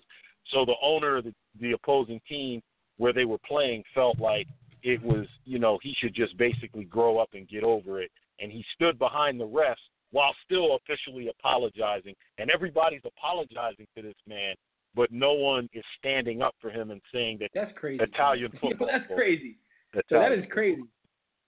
That's crazy, man. Right, we don't call that football in the war, man. That's soccer, man. Stop that, man. We just wanted to, we just wanted to, in the week where Adam Jones news was really big, we just wanted to give an example that, this is going on everywhere. So, we just wanted to give one example because we could have this conversation probably for 4 shows without talking about anything else. But we just wanted to give you guys a couple of little nuggets here. And before we get into what happened while y'all were on the grind, just want to give y'all a stat of the week. We all know the Los Angeles Clippers kind of choked in the playoffs again. This one is about Chris Paul. Chris Paul has played in 76 playoff games in his career, which is the most all-time by a player without a conference finals appearance. So shout out to Chris Paul. I can't even say this time he did everything he could to get them over the hump because he really didn't have a superstar performance in Game 7. But there's been other times where, Chris Paul laid it all out on the line, even though he gets a super pass compared to some other superstars of his ilk and the criticism they get for this exact same thing. But Big Baby Davis, who was cut, so I don't know whether it's because Big Baby's in his feelings or not, but he said that CP3 is an egomaniac. He's not a leader. Him and Blake don't get along. Him and DeAndre Jordan don't get along. And I hear a lot of this. I think we all assume Chris Paul is a great leader because he's a great point guard. But I think more and more of the truth is starting to come out about this whole thing. Well, let me ask you guys a question. How do you feel about when players leave, a good cut or whatever, and then it's start spilling all the tea? How do you feel about that? You think it's like kind of betraying the teammates? That's a little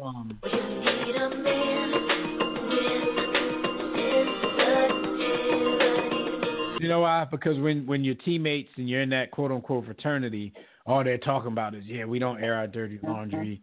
This is against code and all that. And then as soon as you leave, you in your feelings, so you just go tell, all of the quote unquote truth. So it's a little bit of a punk move, but we're entertained by it and we like to know the truth. So he a punk. I mean, it's kind of crazy. I guess it's one of them things, man, where when your best player is also a leader, that's when you get to compete for a title. You know what I mean? Like, it's a shot at those cats. I think it's corny, but I think he's telling the truth. Yeah, I mean, there's been a lot of players out there where dudes will leave the team on bad terms, but it's like, I will never say anything bad about this dude. You know what I mean? So I guess it's, the more genuine cats. Oh, he also said that Chris Paul and Doc Rivers are not always on the same page, and that Doc Rivers needs to go behind the woodshed and shoot himself. I kind of added that part, but he thinks very, very, very lowly of Doc Rivers' coaching ability, and that Doc Rivers got to go, and Chris Paul has to find someone that he respects, but someone that also will stand up to him and really put the foot down because his ego is out of control. Yeah, man. So that's one last thing. Before we move on, I just want to say shout out to Chuck Hayes for being a leader at Houston Rockets team when T-Mac was putting up 30 a game. But anyway, let's move on. Jimmy's about to tell us what happened this week while y'all were on the grind. But right before we do, I just want to let you know, as usual, y'all can check out our website at warroomsports.com. If you want to call in and speak with us about any of today's topics, just dial the Digital Extreme Tech hotline at 323-410-0012. Press 1 when prompted. If you're already listening from your phone, just press 1 if you want to talk. And we see we got some people on the line right now. We're going to get to you guys right after we talk about what happened while y'all were on the gridiron. Absolutely. And for those who don't know, While You Were on the Grind is being brought to you by DirecTV. If you like a better TV experience than cable has to offer, check the NFL Sunday Ticket to watch your favorite football team.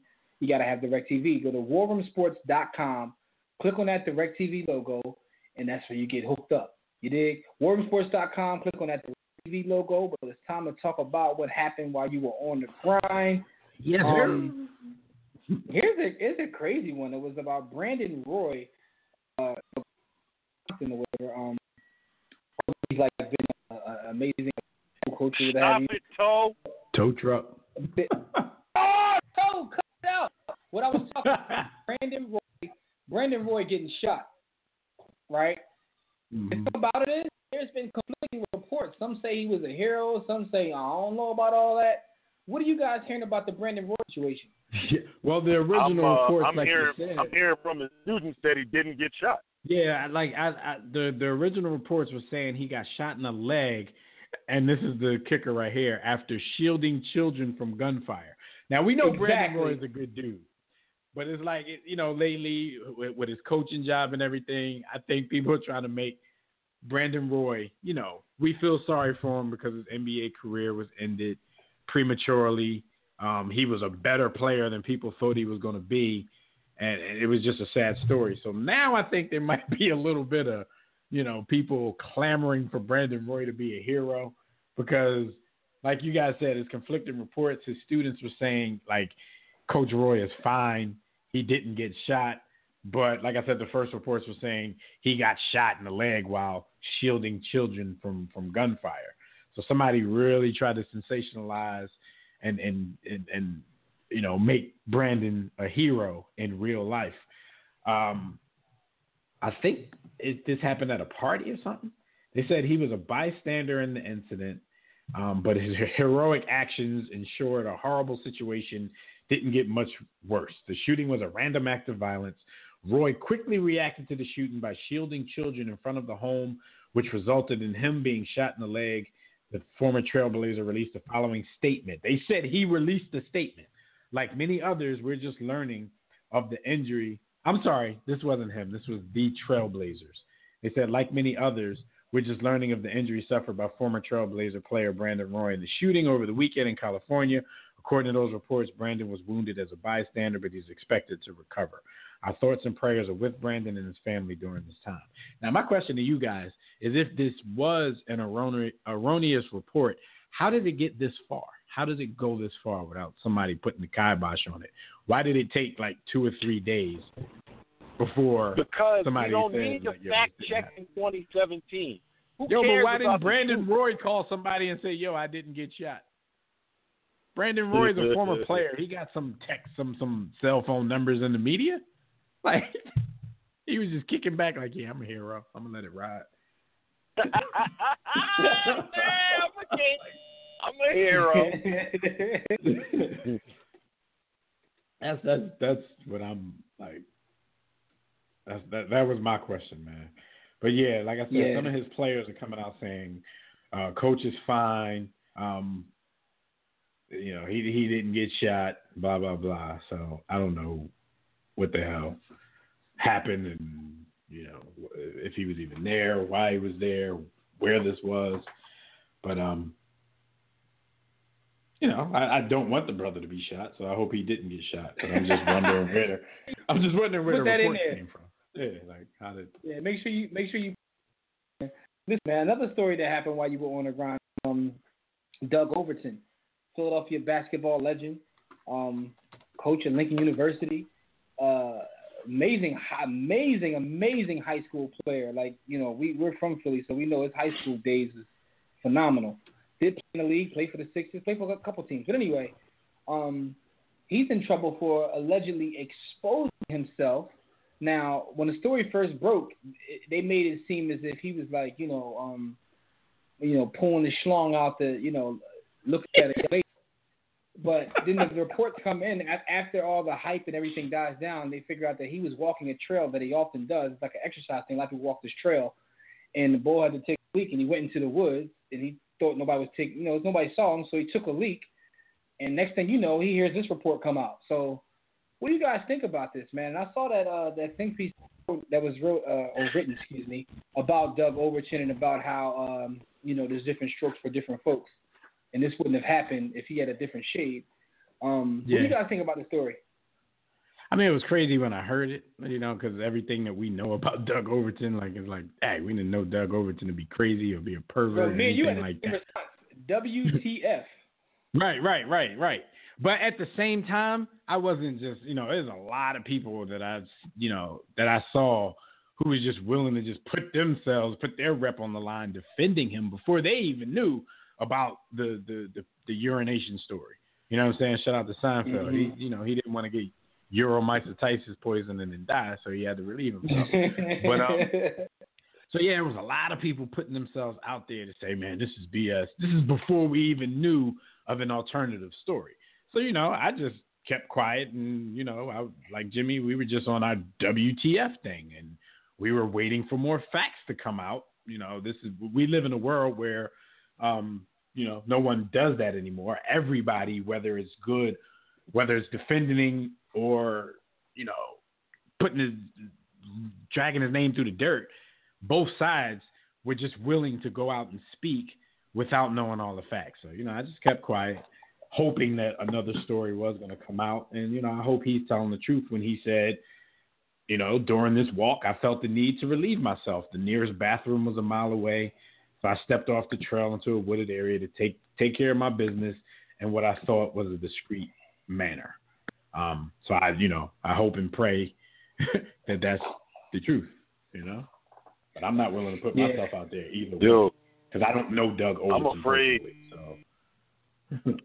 I'm afraid because when I'm on a trail and I'm doing my hike, I'm just doing what nature tells us to do. So I hope nobody charges me with, They try to say he was holding his joint and looking at a chick while he was doing it. The thing is, like when you do that, you're probably looking out to make sure nobody sees you, So if somebody across the way, you know what I mean, they just think you're looking at them like, yo, I'm looking around to make sure nobody's looking at me. Yeah, and the thing about it is, right, Doug Overton has like an amazing reputation in the city because he gives back a lot. He does a lot of free things in terms of mentorship and all that. So that's why the response was like that. That's why a lot of people was willing to put themselves out there to defend. Yeah, because like his reputation is stellar, which is but one of the people reasons why my response put was themselves like, out there to defend Bill Cosby too, Jim. I don't know about. But the fact is, he also had a stellar reputation. We didn't know about his private life. We didn't know about him taking the puss, but his reputation, his reputation was A1 too. I mean, people live double Bill lives. Cosby didn't even curse, in his stand-ups, but he was out there. He was out there doing stuff that was way worse than cursing. So what was the point of that? Put my pudding pop in you right now. Yeah, he was out there taking the dugout, but his reputation in the community was stellar, man. So with that being said, man, I hope everything works out with Brother Overton, man. Salute to the God. Speaking of the God, favorite quarterback who can't play quarterback, Colin Kaepernick. His latest hero move, he was handing out suits at a New York City parole office. And I don't know who runs his organization, but like some of his give backs, which are amazing, and I salute Colin Kaepernick. They are so specific. His back to the community game is bars. No, his give back is strong. But what I'm impressed with is how specific it is. It's not like, I'm going to read a book to the students like everybody does. Yeah. My man said, I'm going to fly 70,000 tons of food to people who need it right here in this point in Africa right now, and we're going to make sure that everyone eats. Like, who does that? I'm about to go hand out 70,000 left-hand crutches to people who are only paralyzed on their left side. Like, it'd be so specific. I'll be right back, fellas. And I'm like, it's so specific, but salute to the guy for this, man, because he's putting in the work. I don't know what the people are going to say at this point because they want to criticize him for everything. The fact of the matter is he's not even seeing anything anymore. They're still criticizing him. He's not even really seeing anything anymore. He doesn't even need to because his brothers in the fraternal order of, not police, fraternal order of football players, there's a lot of support within the Players Association for him. Now, I don't know that would lead to a tryout or lead to him playing, but there's a lot of guys in the NFL that are kind of coming forward to say, if you look at all 32 teams, there are not 32 starting quarterbacks, let alone backup quarterbacks, that are better than him. So why is his phone not ringing? So we know why his phone's not ringing, but they're kind of calling it on the carpet. And if that groundswell kind of takes hold and the masses and the fans at some point start to question, who knows where that will lead for him. So I hope to see him back on the field. But the genius in this is he put himself in a position where if they don't bang with him, he's a martyr. And he's proven a point. Because essentially they're saying there's 64 better quarterbacks in the league than him, which is BS. And to my point, if you're so mad at what he did off the field, how come you're not mad at what Tom Brady does off the – no, mind. We already talked about that. You dig? You can't separate. We already covered it. Yeah, we already covered that, man. But I salute him, man, because it's like it's really nothing you can say. My man is actually doing the work. We got a call on the line. We got a brother calling in from Cali. Let's get Rob on the line real quick. I know Rob got some bars for us. Rob. What's up, man? Can y'all hear me? Hey. Yeah. Brother. You ready for this Tupac movie, man? To be honest, man, I was never really a big Pac fan. I'm not a Pac fan, but I'm not.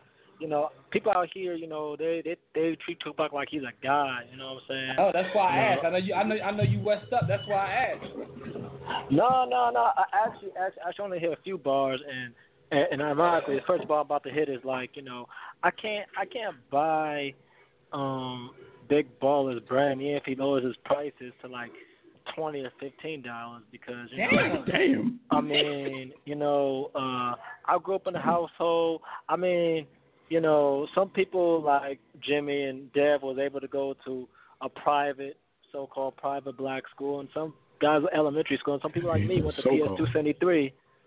273, you know what I'm saying? So, and like, I'll tell you right now, I'll tell you. Hold on, real quick, Rob. I just want you to know. Wait. Let me finish. I ain't apologizing for that. Let me finish. Like, basically, the only shoes that really I bought from an athlete was Starberries, and the reason was not really because of because my dad bought for me, and and him and Starberry went to the same high school, and him and Starberry, not different years, and not because they're from Brooklyn, because of his upbringing and his initiative to help low income people. So that's all I gotta say, man, about the Big Baller brand. But hello. We listening. Yeah. Okay. No, you told us to shut up and then go. Yeah. Go ahead. Real quick, because there's a lot of noise. Thank you, Philadelphia fans, for it's NFL draft. I'm so proud to be an Eagles fan. I'm never so proud to be an Eagles fan. I mean, y'all don't know how I gotta go through here and everybody talk crap to me. My pops talk crap to me all the time, talking about every year find another team. Your team doesn't win nothing. You know what I'm saying? And for me, it's just like, I'm an Eagle fan. That's just who I am. I love the city. I still follow Philly sports, like the Flyers, the Phillies,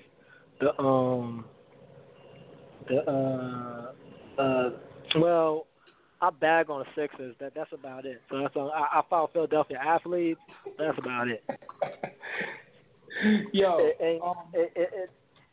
And I do. I remember buying Jimmy's book, and Jimmy did talk about how he don't like people with Jerry curls, and that's understandable. So and still don't. But yeah, the first pick.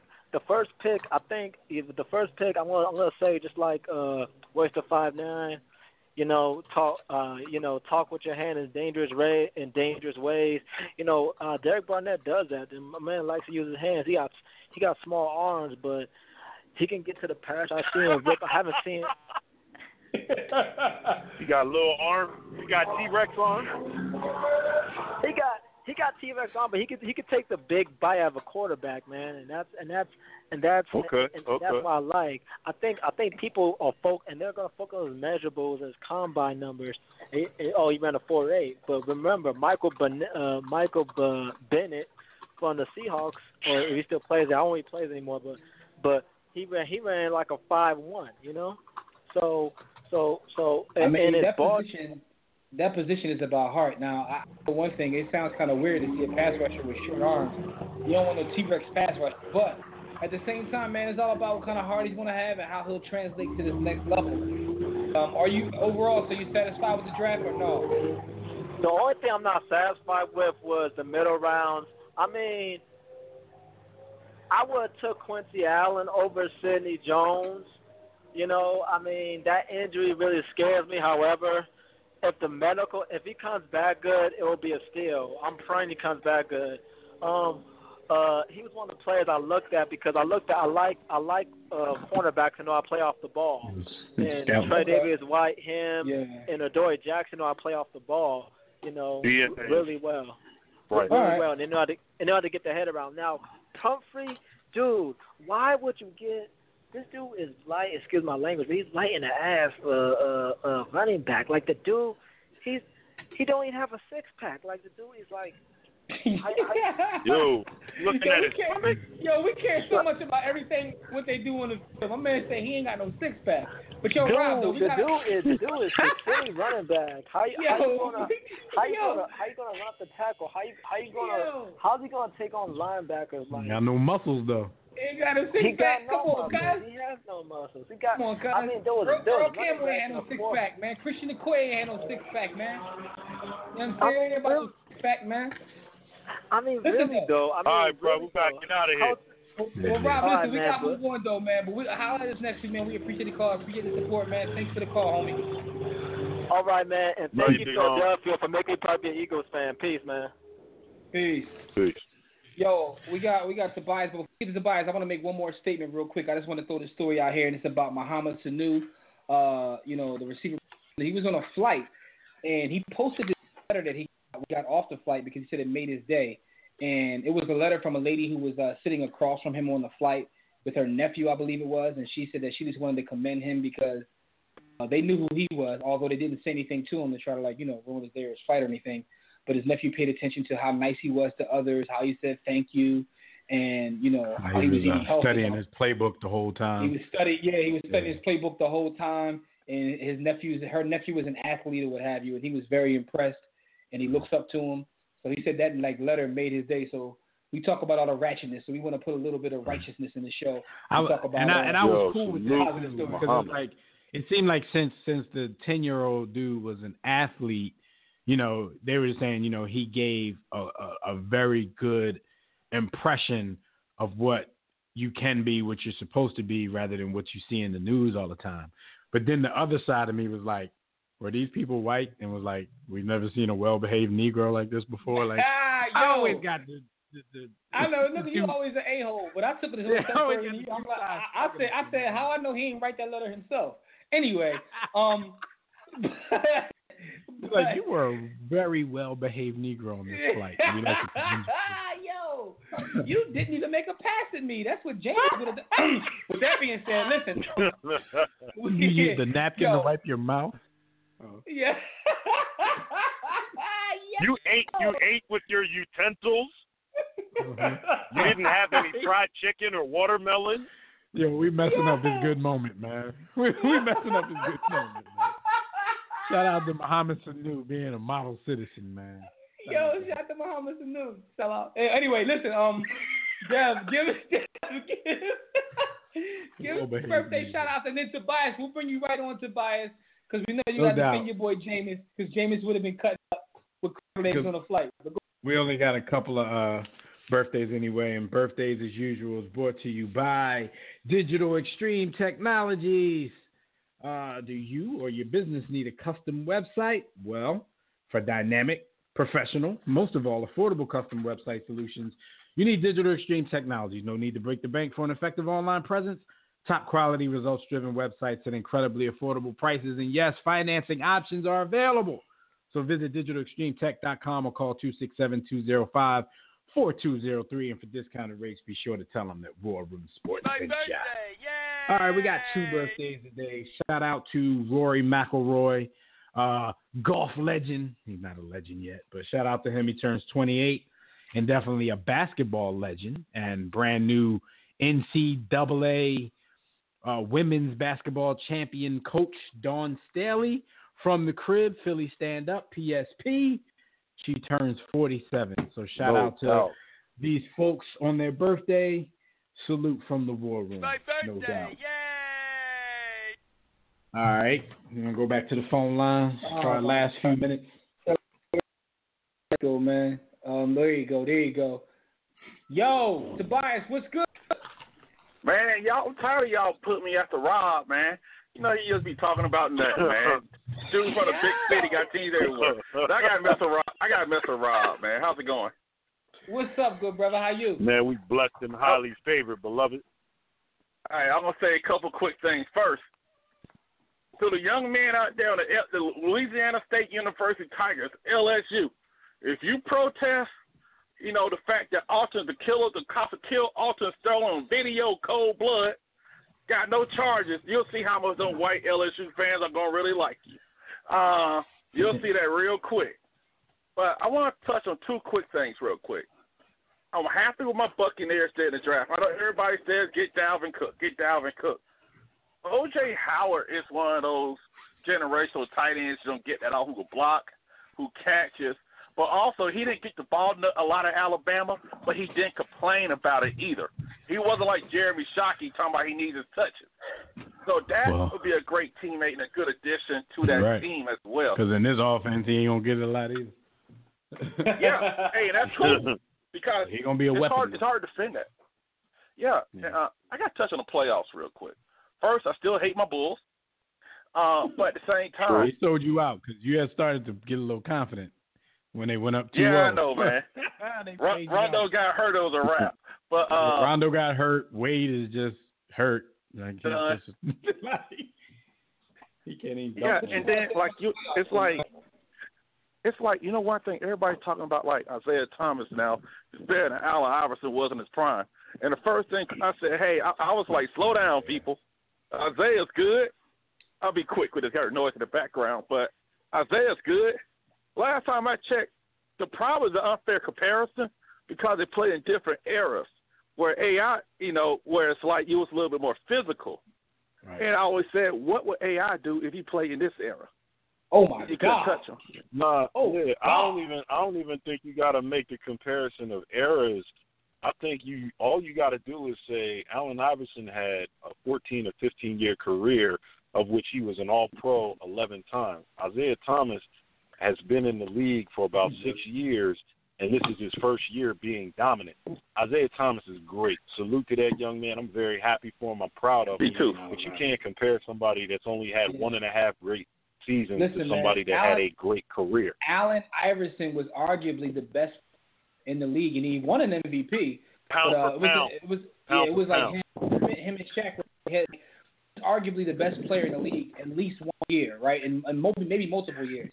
Isaiah Thomas will never be that. He'll never be like that good where he's literally one of the best player. And I'll say this before I go. I got to run, but I say this before I go. I would not give him the max. I know he's put some good numbers, but he will not get the max from me. I will let him go. I'll shake his hand. I'll let him go. Dog, Bradley Beal got the max. Bradley Beal got the max. They're giving him the max. All right, cuz. Listen, man. They gave Mike Conley the max. Exactly. Yo, Bradley Beal got the max. No, I mean, but that's the reason he's going to get it. But I see what he's saying. If he's the GM, he's not giving him the max. But in today's world, you got to do what the market tells you to do. Bradley Beal got the best. Bradley Beal got the max, and he's not the best Bradley that we know. But that's because I heard Tobias. I heard him have this conversation before, so I know where he was going with that. Because he said to somebody, somebody told him he's going to get the max, and he was like, I know that, but he just wouldn't get it from me. Like he's saying the Celtics should let him walk and let somebody else pay him the max. But I don't know, It's hard to let somebody walk after they average 29 points a game. You know what I mean? So. How does the one thing I can say overall about the playoffs, because we only got a couple minutes left. I was thinking about this watching basketball like last night. A couple thoughts watching the games. Like I said, watching the Spurs game, watching Cleveland. I'm like, and I know B. Austin's not gonna like this, but I think LeBron is at that part in his career, sort of like Mike was or Kobe was, or even Shaq to a certain extent, where LeBron is so good. LeBron is so good that and I ain't trying to sound all Nick Wright-ish either. What I'm saying is, but I was like paying attention, Nick Wright. Yeah, I ain't trying to sound like Nick Wright. But LeBron puts up like 30, 38, 6, and 7, and it's like I don't even think about it. Like I don't even think about that. But when I saw last night when they showed his statistics and he passed Kareem for scoring in the playoffs, I was like, to some extent, I don't know if I'm appreciating dude the way that I probably will when he's gone, because dude scoring 30 doesn't even move me anymore. You know what? You know That's what I mean? What I'm saying. I think LeBron is so good that we definitely underappreciate him as basically as a society, because it's like we expect him to do that. Like, remember the game? I'm going back to his first stint in Cleveland. The games where we said, he literally quit on the court. The boy still had like a triple double. There was that game there that he quit in. He had he had like 32, 8, and 8. And he quit. but it's funny though, right? We know, he quit so he didn't get them extra 2 assists and them extra 2. It's funny when I think about it. I was like sitting up thinking about this last night watching the game. I'm like, because we talk about like with Harden and Westbrook, and we're so impressed, and even Isaiah Thomas, we're impressed with this. But Bron is doing this consistently, and it's like, so what? He scored 35. Who cares? Status quo. So what? He Bron. He's supposed to. He's Bron. He Karl Malone. That run like Allen Iverson. He's supposed to do. Yeah, gets wrong with him. He scored 35. Like, so what?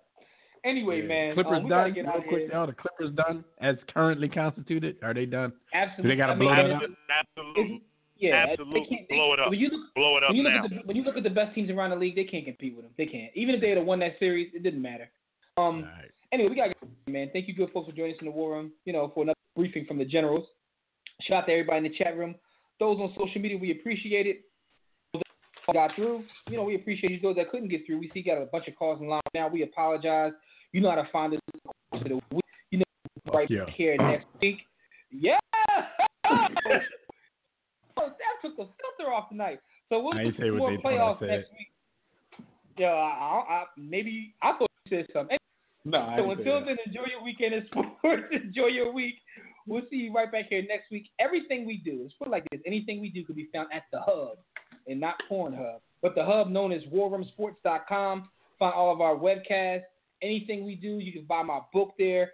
Just make sure you check out warroomsports.com. So until next time, everybody, don't accept mediocrity. Be steadfast in the war against ignorance. We'll see you chumps on top. Alrighty. That Boyle Farms was lit. Got that check.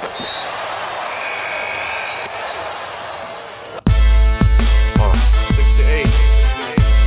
Yeah. War Room Sports. Y'all ready? Let's go. Stay in tune to Jimmy. Know the blueprint. Every Thursday, 6 to 8, they do this. Shout out to Dev, PJ, B.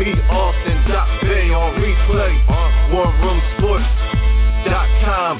Get that mobile app. If not, dial 323-140012. They be going and you sensitive, then oh well. Physical podcast, let's talk sports. Showtime like magic in the block push. Listen live, push one to join in. Rip your team or listen for your enjoyment. Hip hop scholars, pit stop and knowledge. Should be in sports credits, I ain't talking college. 5 guys, no beef though. Corporate secret, but the streets know. Belafonte, I got a G flow. KC, royalty, I'm in beast mode. 2 hours, get your game up. Who's the best in sportscast? You better name us. War Room Sports. Yeah, you know, Jimmy, Dev, PJ, Jack Beck, B. Austin. I'm Jack. Up and coming on the beat.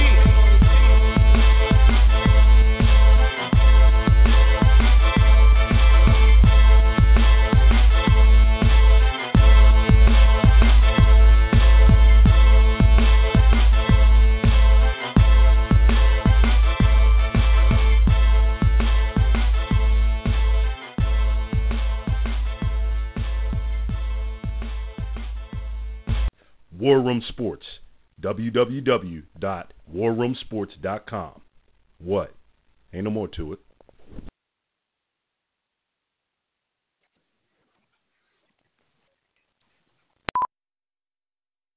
With Simply Right Checking from Santander Bank, you're all right. Click the banner to learn more and sign up today. Or visit santanderbank.com/simple and find out why there are no hassles or surprises. You're all right. With Simply Right Checking from Santander Bank. Santander Bank N.A. is a member FDIC.